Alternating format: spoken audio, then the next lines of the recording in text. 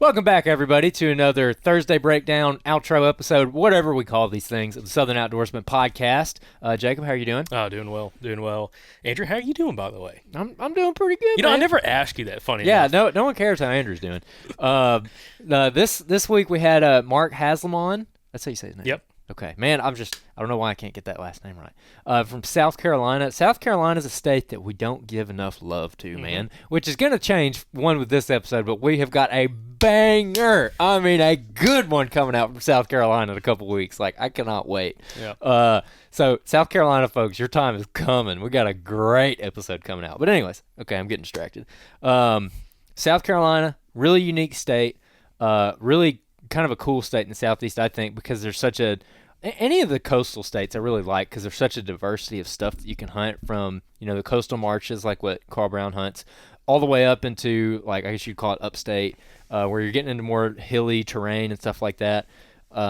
Mark, he's in the lower country, so he's able to take advantage of that August 15th gun opener, right? Mm-hmm. Which is something that's really unique to South Carolina is that really early gun opener. Well, it's not even a gun opener. It's any weapon. Well, it's just open season. Any weapon starting August 15th, which is insane. What's the date this is going to come out? Bananas. This will come out after August 15th. This will be out like August 17th or something like that. By the time this episode is out, they are already deer hunting with either a rifle, muzzle, or archery. They're out there hammering deer with freaking 7 mags and like 300 Win mags right now. That sounds so amazing to me. Like, as an Alabama boy who loves rifle hunting, I'm like, dude, I want to go and experience that at some point. But the problem is, not the problem, but the only situation is it's private land only. Yeah. I know the public land, I think there's a little bit delayed season there on the public.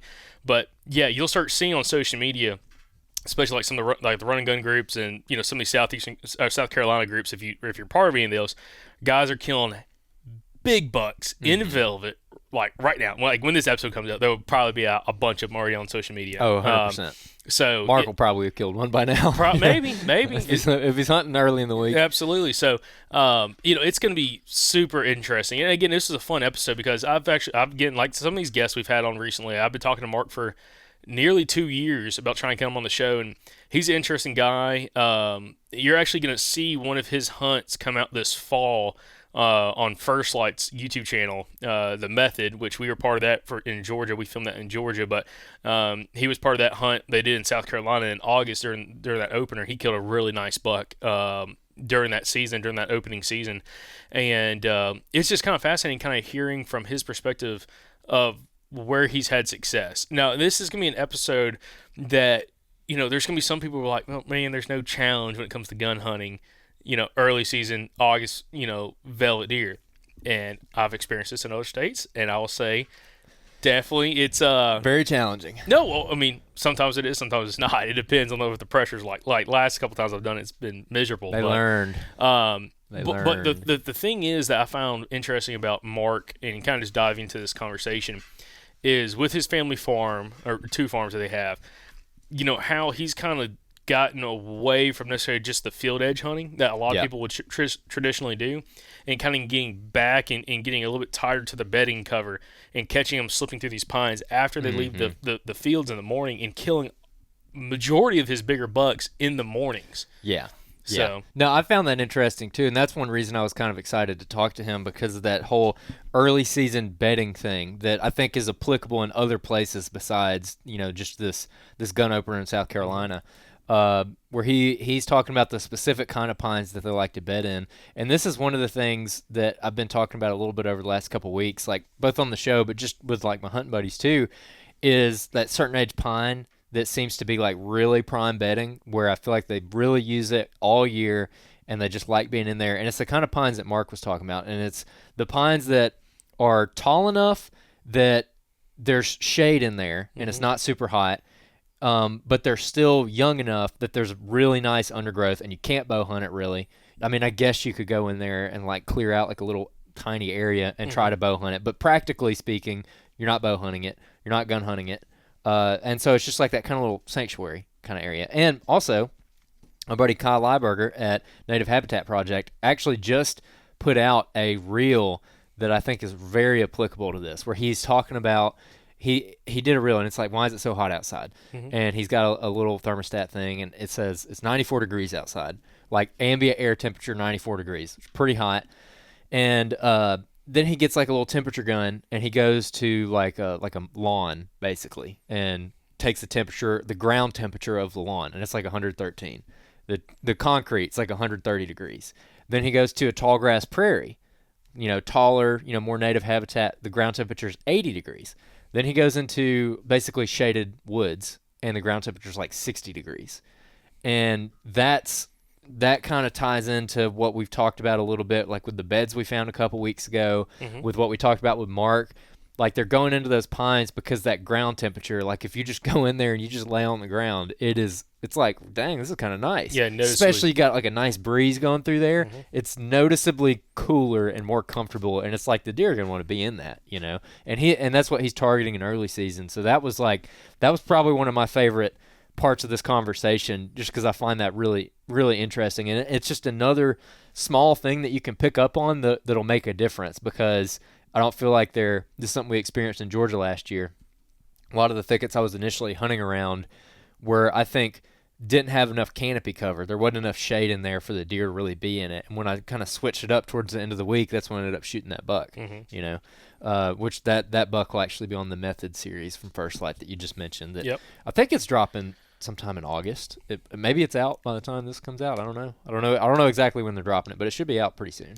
Yeah, but yeah, and another thing that we kind of discussed upon was the idea of bedding where he's at. Like, you kind of just mentioned on this a little bit, but he's like, those clear cuts are such a big factor for him. And he's like, it seems like they're kind of like just on those edges. And he's like, one thing that was kind of interesting, he's like, I'm not trying to get in there in his bedding area.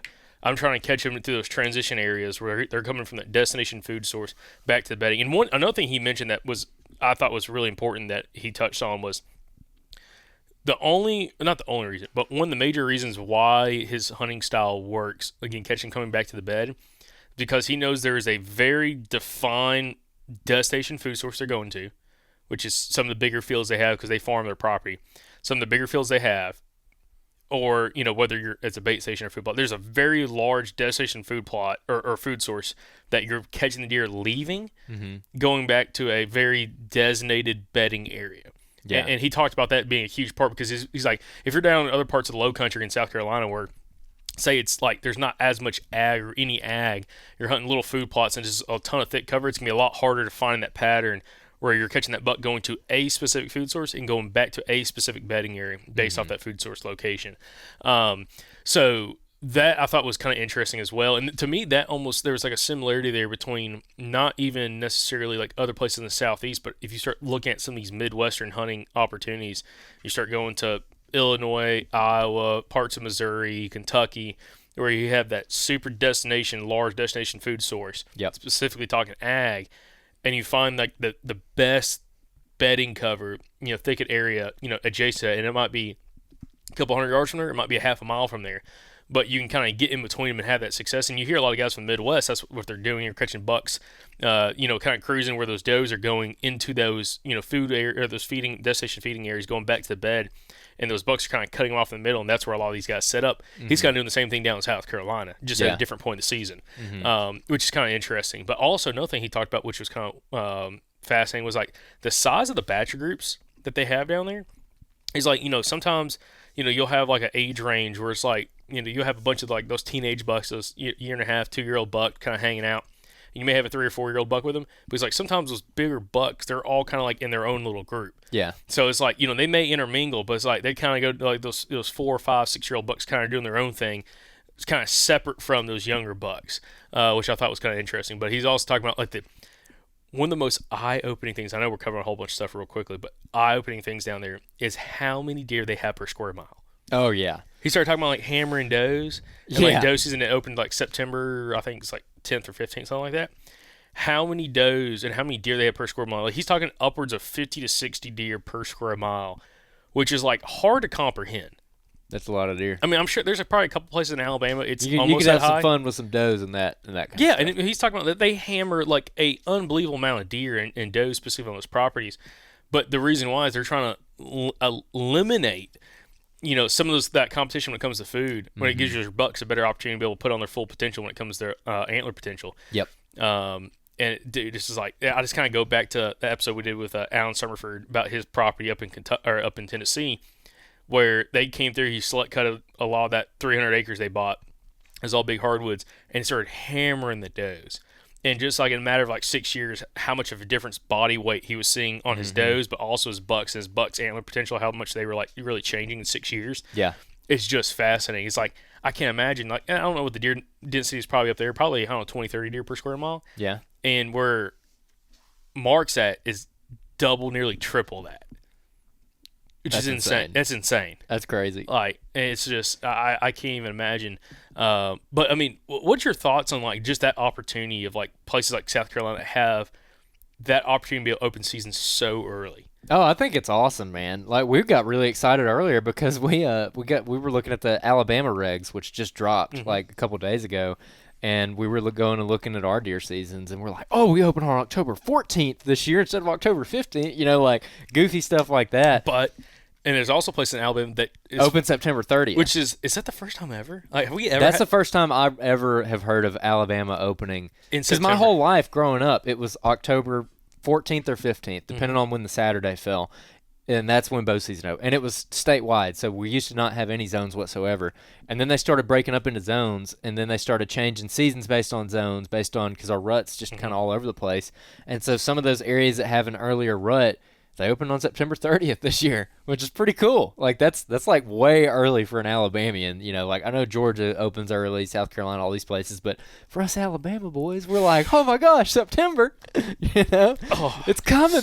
It's coming. That's so crazy. I mean, that is literally so crazy. I saw that and I was like, no freaking way. Oh, I know. I was so excited. Deer season is coming, baby. And it's funny because like guys in Georgia or like even southern South Carolina, they're like, that's cute. They're like, that's hilarious. Yeah. we've already been hunting for 15, 20 days by this point, especially Georgia. It's funny because I didn't know about the South Carolina season being so early until social media. Oh, yeah. And then a couple years back when all these like hunting Facebook groups kind of like really started to get going that I was in, it'd be like mid-August, and people would be posting all these velvet deer from South Carolina. I'm like, what? They'd be posing with a rifle? I'm like, blaze what orange? Are they doing? Yeah. Yeah, that's pretty exciting. Yeah, that's a cool opportunity. I mean, there's no public land opportunity, but it almost makes me wonder, like, dude, if we got some listeners out there that you got some property down there in that area of the state, putting the call out. We might have to work something out. Let's get you to Alabama. Let's come hunt South Carolina early season. Yeah, because we were talking about going to South Carolina anyways. Yeah. Listen, we got some.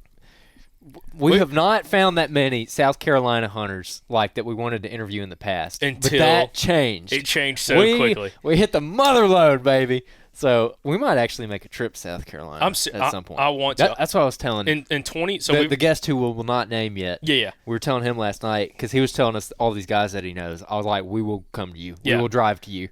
So we've already got our 2023/4 season, already booked of like where we're going to hunt this year. Yeah.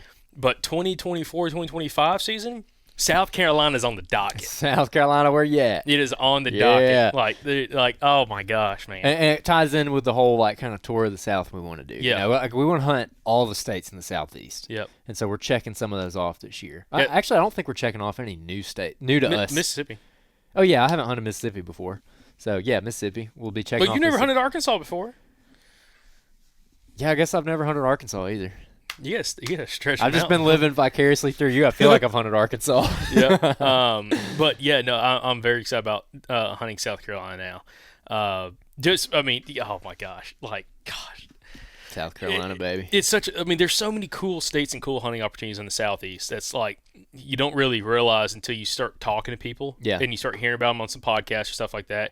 And it's like, yeah, I'll tell you, Hunt. And I know we got a lot of listeners in East Texas. Texas is another state I'm very interested in. Yeah, we're looking at Texas. But some of the opportunities they have there for the draw quota exotic hunts they have, like exotic game animals, for like hunting nilgai, axis deer, and all that kind of stuff. Yep.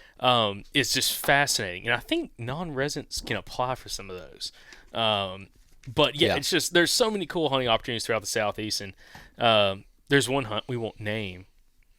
But you put in for it for a long time. Oh, yeah, we're not talking about that hunt. Yeah. Not talking about it. Y'all just got to go figure it out what we're talking about. But we've had listeners do that hunt before. And actually, one of our past guests on the podcast has done that hunt. Has done that hunt and killed a really nice something. What that is. Yeah. So I want to do that. Do you want to do that hunt? Yeah. Like, does that interest you at all? Yeah, but I've heard very mixed results of that hunt. It is a very hard hunt. Yeah, very hard. Very hard hunt. Very miserable. Not without going into detail, but just like to put it in perspective, I think they give out. We're not naming this hunt. We're just not doing it. But they give out, I think, 200 tags, and they might kill 1 or 2, maybe 3. On a good year, they kill 3. Yeah. So, anyways, but it's freaking cool, man. It's a cool opportunity. I would really like to go do it sometime. Well, because I don't have any more points. So if you want to do it, we need to start building points. Can we start now? Or yeah. is it too late? I think we can. Oh no, it's August. No, actually, you can do it over the counter, but we're not going to talk about that. Okay. Shh. All right, let's talk about something else. Well, I was saying there's some other cool hunting opportunities in the Southeast, these are like super hard to draw, but like Tennessee as a quota elk hunt, Arkansas as a draw elk hunt. Now, I think Arkansas, I don't think non-residents can put in for that one, but I know Tennessee non-residents can put in for the Tennessee hunt. And of course Kentucky, which you put in for a long time, and it's all of the years. It's 100% lottery, so it's like just random draw. But it's funny because I know several people who have drawn that hunt. Well, I know if you're a resident in Kentucky, which if you're a listener in Kentucky, it's something you ought to probably start doing. The draw odds for residents, I can't remember the data, but it's like significantly higher. Oh yeah, opportunity than a non-resident, of course. But like I've met a couple guys before. I'm trying to think. Might have been some of the BHA guys, something like that, that had drawn that hunt, like drawn a bull tag that was a resident like twice. Yeah. And like gone and killed like a really nice bull elk in Kentucky, which just you think about a cool hunt, man. Like, no, that's that is my dream hunt for sure. Yeah, and this is like you talk about so hard to get a bull tag. Like a cow tag would be awesome, but like get a bull tag there. Oh, dude, would just be unreal. I would be all over that. Yeah, and man, it's so crazy. Like with the opportunities in the Southeast. But like with South Carolina, it's like the cool thing about South Carolina is like there's such a passion for deer hunting there because they've had deer there for so long. And also another interesting thing about South Carolina, which is, you have other states that have like dog hunting, but like there is such a culture of dog hunting in that lower part of South Carolina, like in the coastal area, in the southern part of the state, that is just like, I mean, I don't know how many other states like compare as in like the area that's allowed for dog hunting there compared to like other states. Like Alabama, there's a few spots you can hunt with dogs in Alabama, different areas. I think parts of Arkansas you can still do it. I think North Carolina you can still do it. Mm-hmm. Do you think can they do it in Florida? I can't remember. Yes, I'm pretty sure. Maybe. Okay. And then does Georgia allow dog hunting anymore? Not that I'm aware of. Okay. So like, but they might. I don't know. So that's something else. And then of course Mississippi as well has dog hunters. I'd love to get on a good dog hunt. Just try it. Yeah, I've never done it. I've been invited and I haven't been able to make it happen. I know it's super controversial and whatnot, but I don't really care. I just want to go experience it because it is a very southern, very a lot of heritage around it. Yeah, it's like this.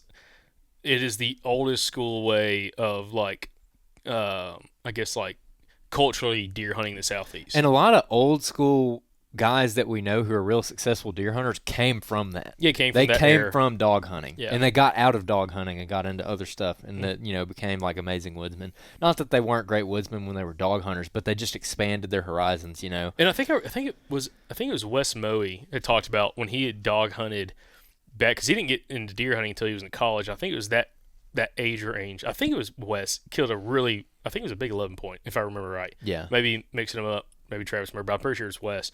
And talking about like some of the lessons that some of these guys learned is like how those big mature bucks, they don't just run out in front of all the dogs. Oh, they slip out the back. They try to slip around the back side and try to get past the dogs. And, you have like a pusher or somebody's like, stand hunter who's, the dogs already came by. Next thing you know, this big buck's kind of coming back the opposite direction of where the dogs just ran to. That's the guy who kills the big one. Yeah. Mr. Benny's got a story like that. He's got a huge 8 point on his wall that he killed like that. Oh, really? Yeah. It came slipping up out the backside, and he noticed it. It was like 20 yards from him, and he shot him with some buckshot. He was like the rear man or whatever on that drive, and that's how he killed that buck. That's cool. I mean, there's some big deer in Alabama though that get killed with dogs. Oh, there's some nice ones.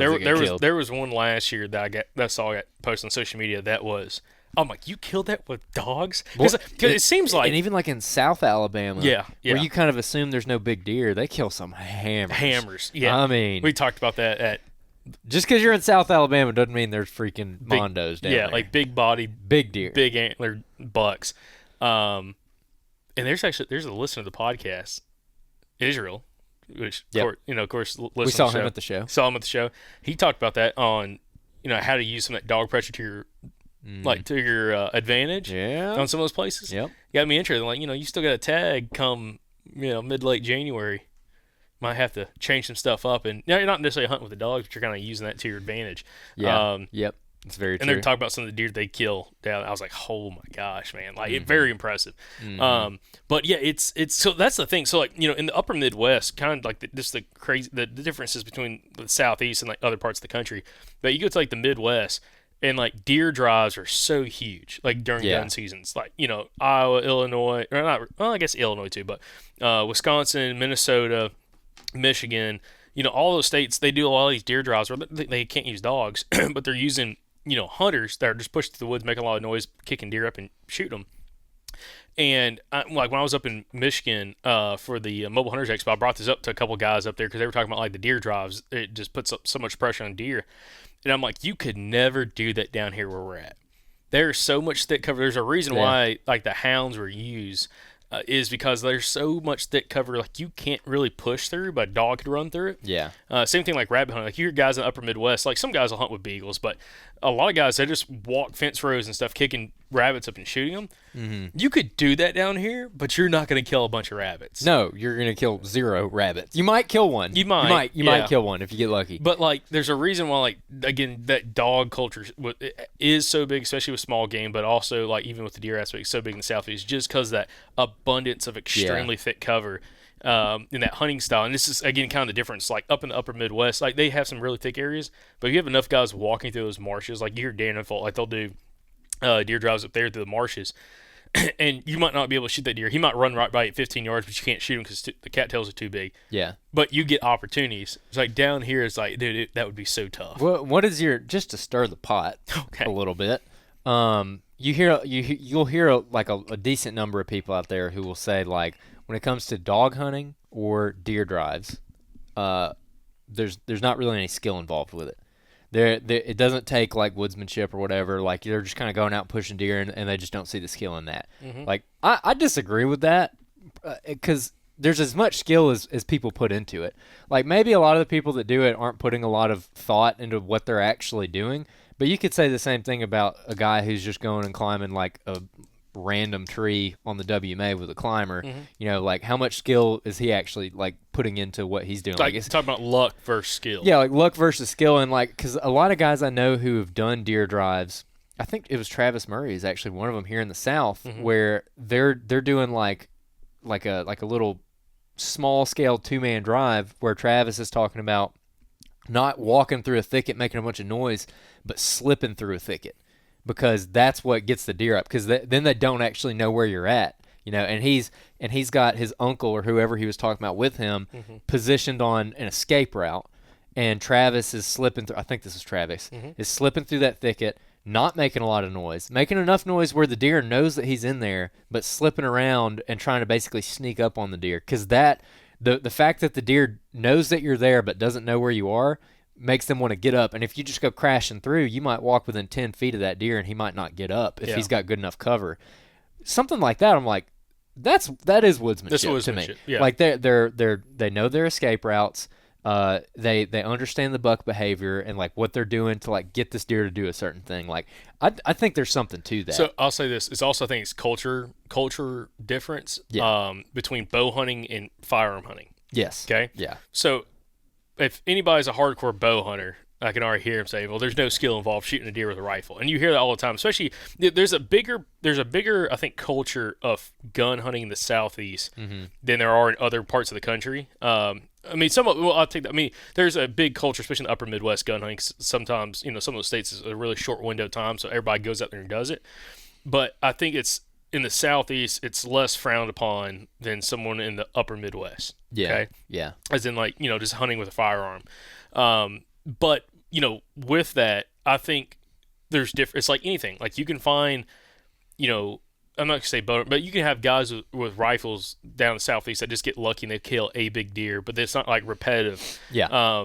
And it's almost like you kind of luck into it, and then you can find guys in other states that maybe do the same thing, but they have a skill set where they're able to replicate that every single year. Yep. And to me, that's like highlighting a skill set. And I feel like the same thing could be said if you were using dogs or doing man drives, of just learning if you do get a big buck up, what is he more likely to do and how to position yourself. And I'm not just saying just initially sitting on a roadway, but like Israel's telling me with the GPS collars on these dogs, when those dogs are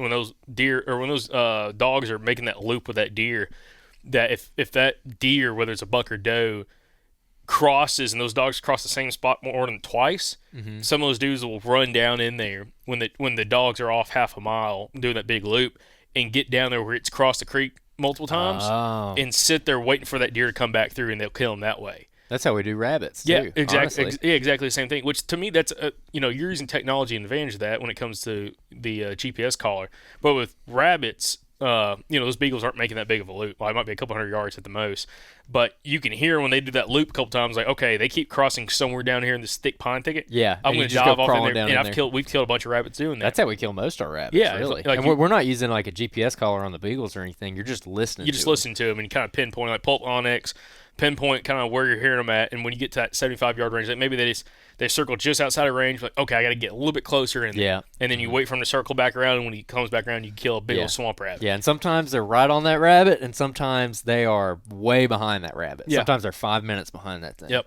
So, that is I think, part of some woodsmanship skills of, like, understanding the situation and how to key in on that and really play off of that. But again, it goes back to being curious too, like what you always say about like being genuinely interested in like different tactics or like what someone can teach you. It's like the guy who that's his thing is deer drives, but he does it at a higher level. Like he's really think about what he's doing and he understands what he's doing. Like there's something to take from that. Yeah. Like that guy understands deer behavior in some way that I don't. Yeah. So I want to learn from him. Especially to me, some of those dudes that are extremely successful with it, with dogs, probably have such a. And I haven't talked to a lot of those guys because I don't know a lot of those dudes. Yeah. But if I had to guess, some of the guys that have been doing it forever that really understand deer behavior when they are hitting exit routes. Yes. They probably have a skill set of just learning, like, especially bucks, they all act a little bit different, but traditionally if you get a big buck up and he's running, what is he going to be doing, and what kind of cover is he going to go through, and how is he going to backtrack or take low spots kind of slipping past the dogs or anything like that, and keying in on that and killing some of those bigger deer. Because again, you see some of those dog hunts they do down like in South Alabama, and some of the bucks they're killing, they're not killing 2 or 3 year old bucks. I mean, I'm sure they do, but like, you see some of these deer, they're killing these much older bucks, big bucks. And to me, like, yeah, you definitely can luck into it. But if you found a dude who was doing it consistently and kind of figured out a way to like be successful with it, I think that's just something interesting that could be a takeaway, even if you're not a dog hunter. But like, what is a takeaway that he's learned from, when the pressure gets up and the bucks are slipping out, how he likes to set up or she likes to set up in those positions in order to get shot opportunities. Yeah. But also I think the other controversial aspect of dog hunting is the whole shooting at running deer, which is... Yeah, I mean, when you say controversial, like, are you talking about from a standpoint of like why people don't like it, or why it's eventually going to get banned? No, I think why some people don't like it is the whole idea of like you're shooting at a running deer, and when it comes to, and again, I'm playing kind of devil's advocate with it. Some people would question the whole like ethics aspect of like shooting at a running deer, versus like you trying to get a deer to stop, or shooting deer with your bow or something like that. But anyways, it's just, again, I don't have two thoughts on it, for or against it, but it's something I would definitely, especially in some of these states like Alabama, where it's like slowly getting chipped away because of issues, especially with the property owners and dogs and property owners, and also we know some guys that run dogs. There's bad apples in every group. Okay. Yeah. Oh, and, yeah. And it's like some of the guys that are doing it right. You've got guys that are also doing it wrong. And they're going to screw it up for everybody. It's going to screw it up for everybody. That is the bad thing, because like we do know a couple dog hunters and guys who grew up doing that and guys who still kind of have their hands on it today. Mm-hmm. And I've even went the Alabama Dog Hunters Association. They do public land cleanups, or they have in the past. I went to one of them, and we filled up 2 roll-off dumpsters full of trash off National Forest, and that was the dog hunters, man. And they're trying to improve their image and show like, hey, like, you know, quit taking away our right to dog hunt, which I get, but at the same time, and these same guys will tell you that, you know, I've talked to some like leadership in that organization and guys who are just really involved with it. And at the end of the day, if you've got a group of 10 guys who go cut their dogs loose on someone else's property and then go drive to the public land 3 miles away and wait for the dogs, like, it's going to get banned. Yeah, you can't do that, yeah. you know? Like, and as long as those guys are doing that kind of thing, you do it on the wrong person's property and they run it up the chain and get people in Montgomery involved, it's going to go away. Yep. And, you know, that is sad because it is like it's a heritage thing. And I know people have strong opinions about it, but I just hate to see it go, you know, like, because it's like it's a cultural thing, you know? Now, flip side, let's take another devil's advocate there. I also feel bad for the landowners. Oh, the small yeah. landowners and adjacent, like small, you know, you get 100 acres, less than 100 acres, and maybe you don't dog hunt, but your neighbor, they have a big club and their dogs are constantly running your property. That I can see that being extremely frustrating as well. Exactly. Well, that's the thing too. Like, if that's how it's going to be, like, I don't think you have a choice but to take it away. I mean, because you can't just like infringe on that guy's rights. You know, like his private property rights. Like, if you're just going to crap all over that guy every year, well, what do you expect? Of course it's going to go away. Yeah. You know, and it's just the bad apples kind of ruin it for everyone. So it's a very controversial topic, you know, and I don't necessarily have an opinion one way or the other. My only, like, I guess, thought on it is, like, it's sad to see it go. Yeah. You know, once it eventually goes, and, like, unfortunately, I think it will. But, well, also, on the flip side, you got a lot of people that are happy Yeah. for it to go as well. I preface all this to say also that that I'm also glad that we don't run dogs on my property. Yeah, no, I agree. Like on my hunting club. Yeah. You know, because I don't necessarily want to be in a dog hunting club. That being said, we have in the past went out of our way and traveled to areas and hunted places that are dog hunted and had great hunts there. You know, so I don't know, man. It's complicated. It's a complicated thing. So at the end of the day, like, the solution to it is you have designated places where you can dog hunt, and you have, you know, dog handlers who train their dogs well and they can control their dogs. And I know the group in South Alabama does a really good job with that, where their dogs are like whistle broke or whatever, and they can watch them on the GPS collar, and when they approach that property line, they can call those dogs off. And that is possible. And I've talked to guys who do that with their dogs on a large scale, where they're running a bunch of dogs and they're not having any landowner complaints. Like, if it's going to persist into the future, it has to be like that. Yeah. You know, like, you're going to have to introduce technology into it. And, you know, it sucks. You know, it is what it is. But I know some guys, like, you know, I've heard people complain about that, like, well, so you're going to force me to buy a $1,200 collar and do all this new stuff. And it's like, well, like, I don't know. We're kind of at that point. I don't know what the solution is to it. You know? And there's like a lot of tension between a lot of people about it, especially, you know, in Montgomery and elsewhere, like the people on the dog hunting side and the people who are against the dog hunting. And there's just, man, there's some drama going on there for sure. But it's what it is. But in addition, I do want to go experience it before anything like significant happens with it going away. Yeah, I really would like to go do it. It'd be fun. I don't know. Maybe that is something we try to do this year, because I know we get some contacts we probably could do it with, and go with some of these guys that are doing it right.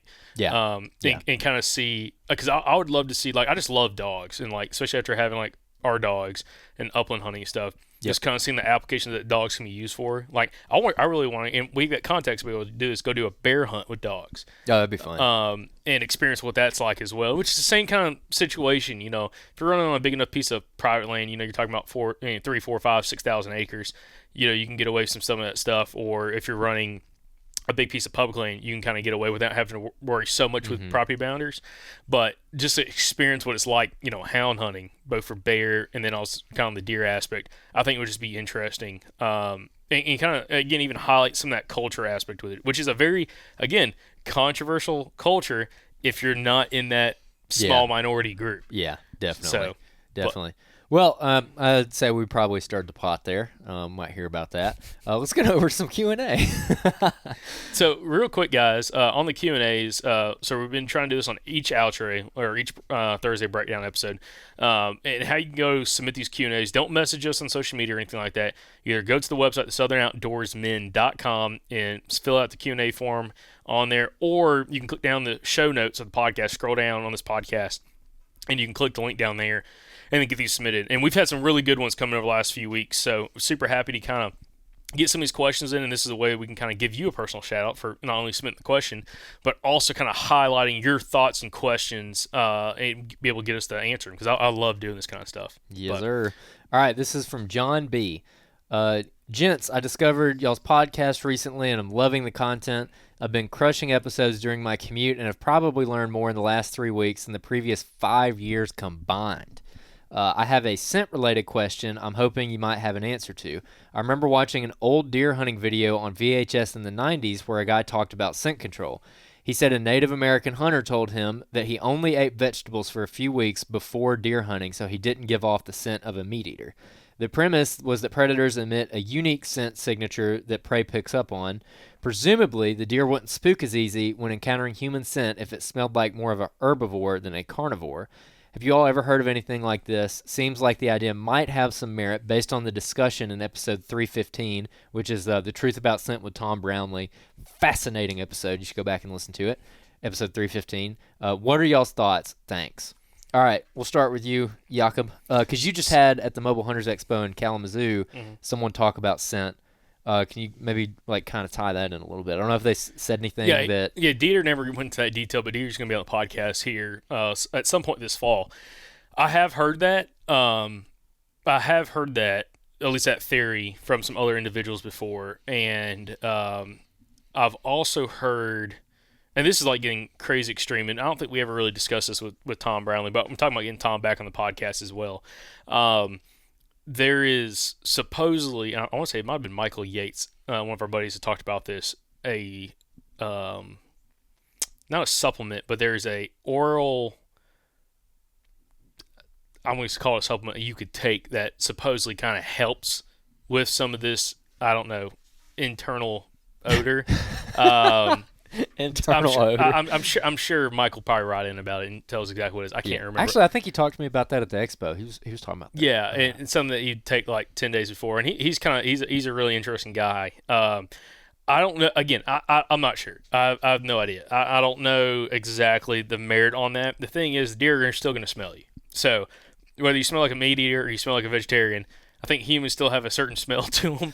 Yeah. So it's I don't know exactly how that would work so much. And plus, I'll be honest, I'm not eating vegetables only for a week or 2 weeks before going hunting, especially for the whole hunting season. I hardly eat vegetables as it is. I'm not eating only vegetables for 2. That ain't happening. Yeah.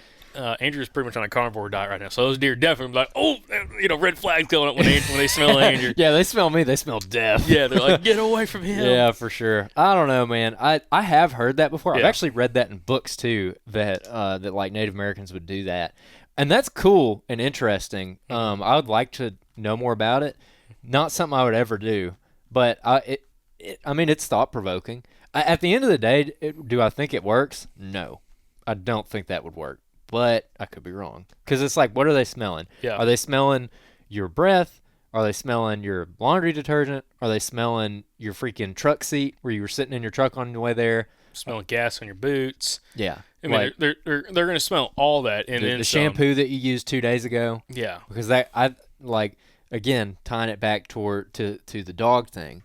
I think that our dogs have taught us a lot about what is realistic when it comes to scenting and scenting conditions. Now, a deer has a better nose than a dog, but at the same time, how great a dog's nose is, and how a dog can pick up on scent that will just blow your mind from days before. They can pick up on so much that you wouldn't think they could pick up on, while at the same time they also miss stuff that you don't think that they should miss. Absolutely. Which is why I think a lot of the scent control stuff that people talk about, I think, is maybe a little deceptive. And I'm sure you got a lot to say about this too, where it's people start using a product or whatever, and they have more confidence, and so they try stuff. Maybe they're a little more aggressive than they think they should be, and they get away with it. And I'm like, the deer might have just not smelled you, bro. Like I know that when I get a smelly freaking quail from a quail farm, when I'm training my dog, a live quail, and I go put it in a clump of grass out in the middle of this field, and like my dog should obviously smell it. I can smell it.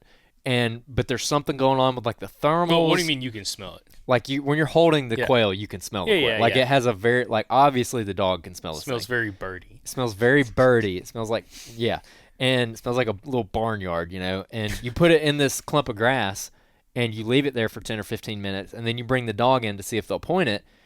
And I know where the bird is. I know what it smells like. I know that it's strong enough. Obviously, the dog can smell it, but there's something happening with the thermals or the wind, or how that scent's interacting with the disturbed vegetation, and the dog will be all over this thing and cannot smell it, especially in warmer temperatures. Well, let me ask, can you not smell it, or is it not in strong enough concentration that he's put it going on point?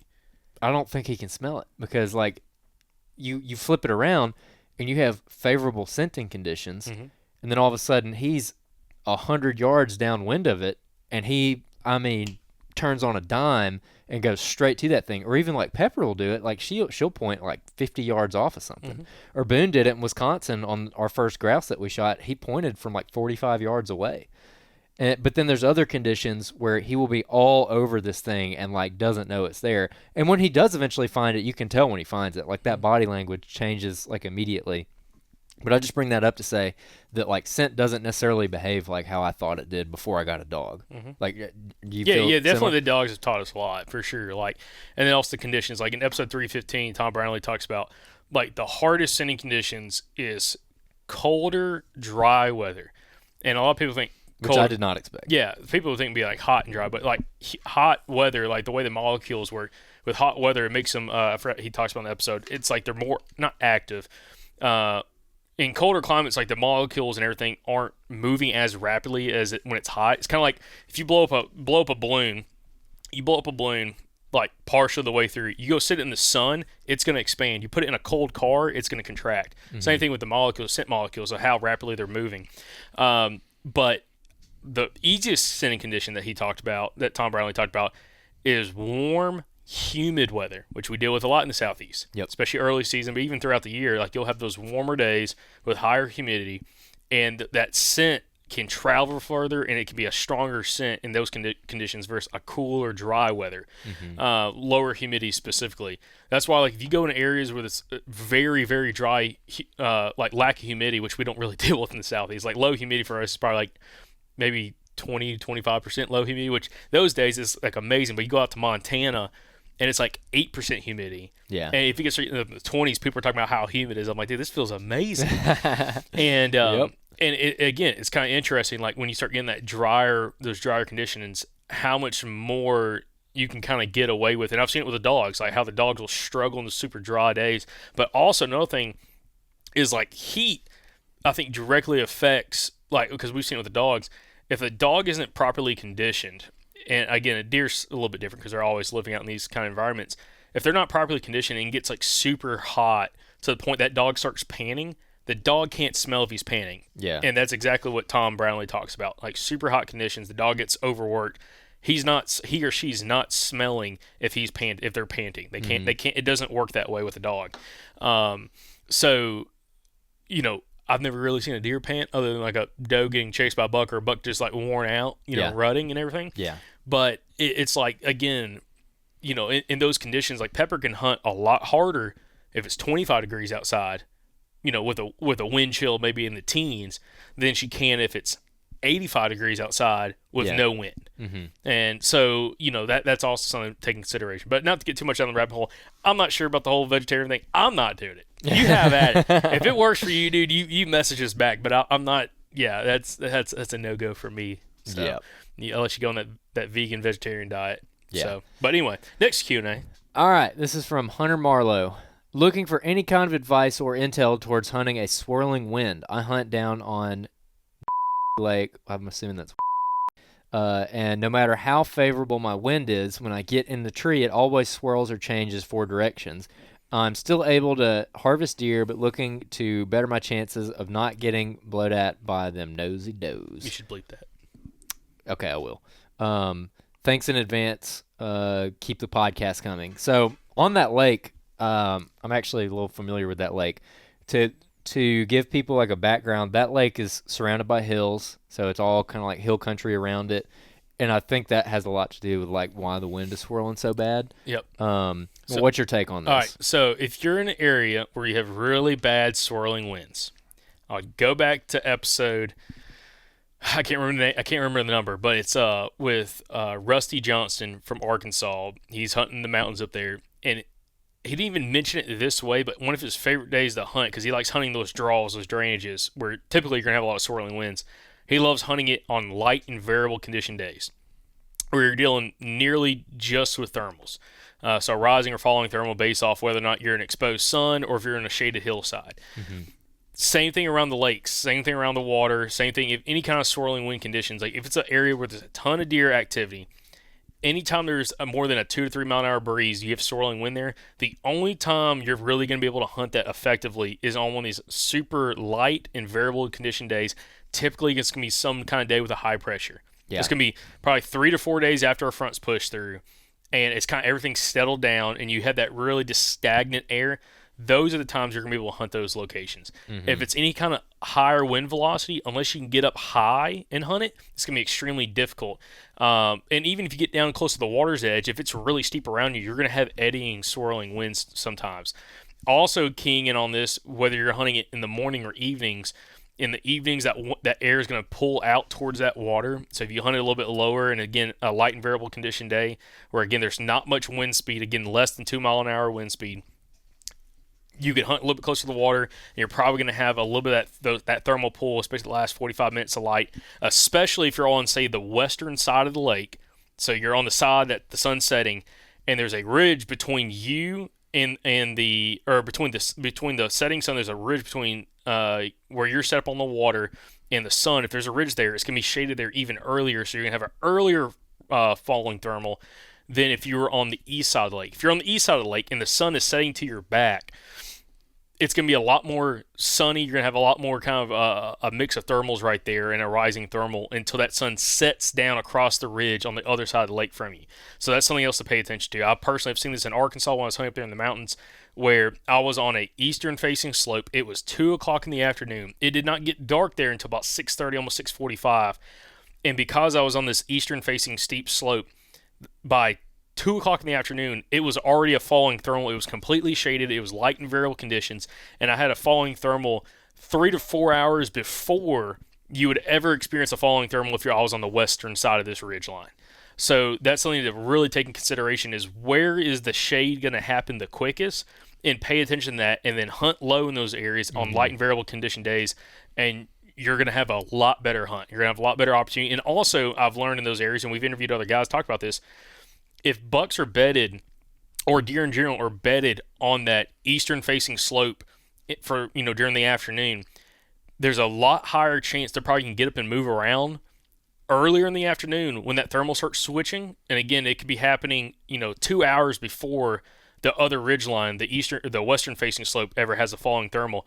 You could have deer up and moving around because they feel that falling thermal. They're going to start moving in elevation. They're going to start feeding a little bit earlier, just because of that shade and just because that thermal switch happens earlier. So yeah. I would focus on afternoon hunts, focusing on the western side of, say that lake, focusing on light and variable condition days. On morning hunts, you can do the exact same thing on the eastern-facing slope, where you're hunting a falling thermal. You're not hunting a rising thermal. You're hunting a falling thermal, again, in an area that it's not going to get a lot of sun activity and a lot of thermal generation until much later in the morning, maybe 10, 11, 12 o'clock, before you have a rising thermal there when that sun gets up a lot higher. Yeah. So I would take that in consideration in those general areas. Yeah. No, those are excellent points. I couldn't have said it any better myself. And the cool thing about being on a lake is sometimes on a lake you can really see those thermals happening.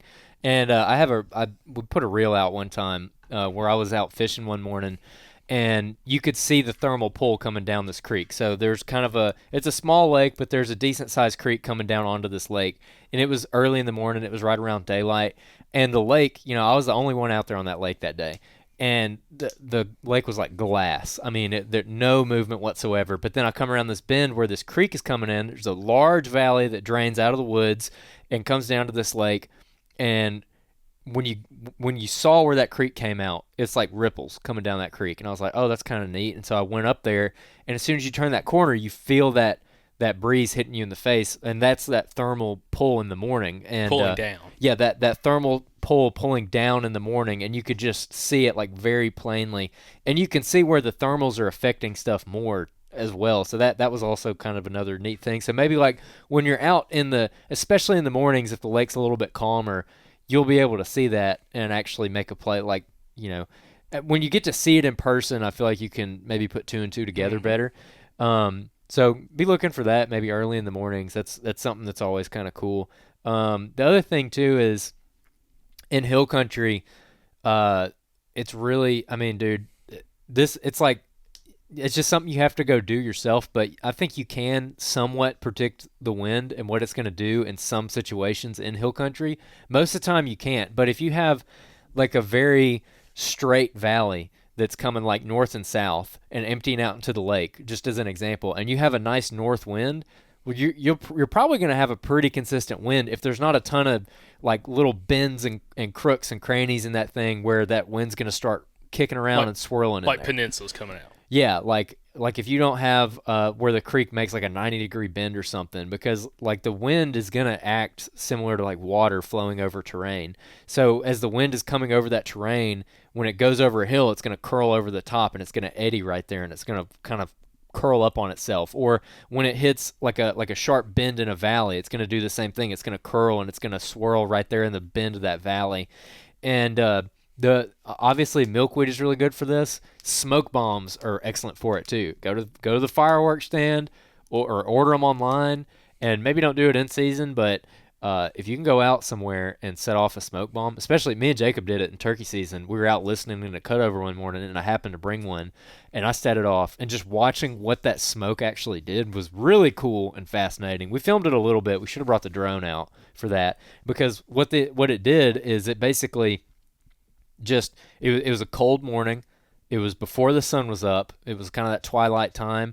Thermals were falling. We're on the side hill, and this drainage kind of goes down into a thermal hub, and it's not like the smoke went down to the valley, like down straight downhill, and then turned and went into the thermal hub. It was wrapping around the side of the hill, getting sucked straight to that thermal hub in a straight line. So it wasn't like traveling down and then going to the hub. It was going on a straight line to that lowest point. And then when it got down there, it just kind of hung for a while. It moved, and then it got to that lowest point, and it settled, and that smoke just settled all over the place, and you can actually see what your scent plume looks like in that situation.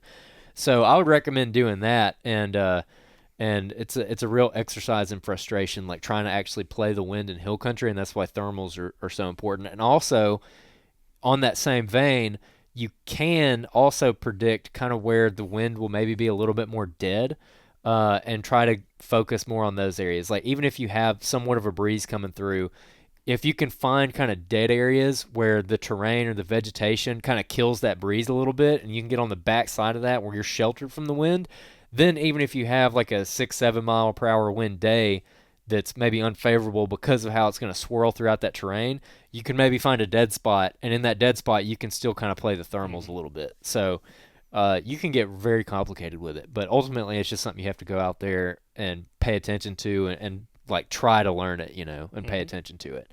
That's a great question though. Yeah, that's a great one. So we got a review. We got a couple more Q&As, but we'll save them. So again, if you want to submit a Q&A, guys, hit the link down in the show notes. You can submit your Q&A. Get as technical in your questions as you want. Just appreciate those. Those have been awesome. Or of course you can go over to the website again, thesouthdoorsman.com. There's a Q&A form tab there, and it's pretty interesting. Oh, this is a great one. Yeah, you can read this one. All right, this is from Rambo Bambi, and this is on. That's a good one. Yep, this is on Apple Podcasts. So again, I know a lot of you guys listen on Apple Podcasts. If you listen on Apple Podcasts, go leave us a 5-star written review. We try to read this off on all of the outro or these Thursday breakdown episodes, and love to kind of get some feedback, just what you liked about the show, and just some takes. And this is a pretty good one. Oh yeah, Rambo Bambi. First of all, 5 stars on the name, but he left 5 stars. Love it, and learning one podcast at a time. This podcast is absolutely amazing and everything a Southern hunter needs in his or her life, whether they are just getting started or have been hunting for years. I enjoy listening to Jacob catch the deer spirit every podcast when he hears some good tactics or anything he can apply to getting a nice buck down this fall. This man Jacob sounds like a deacon in a Southern Baptist church after hearing the pastor say he didn't have to, but he did. The accuracy there. Is he didn't have to, but he did. Yeah. Hey, man. Yeah. Oh, dude, I love it. The accuracy. And that's why you should watch the video podcast, because you get to see Jacob squirm and make faces, and he's like so excited he can't contain himself. Yep. So fun stuff, man. Appreciate that review. We're up to 1,030 reviews now. That's pretty awesome. That's pretty awesome. That's pretty awesome. 1,000 reviews. Appreciate that, guys. Yeah. But yeah, other than that, appreciate everybody listening to the podcast. We've got some unbelievable episodes, guys, coming out this fall. We have been networking like some madmen and getting guys on that you've never heard on any other podcast. These are people that you've probably never heard of unless you lived in their little community. But they're all just hardcore deer killers, and from a bunch of different states in the Southeast. So I'm super excited. Again, we're getting a lot of new blood on the podcast, and some guests I think you guys are really going to enjoy. So make sure you stay tuned for this whole fall. Make sure you're subscribed to the podcast. It's funny enough, we post social media posts about the episodes every single week on Facebook and Instagram and all that stuff.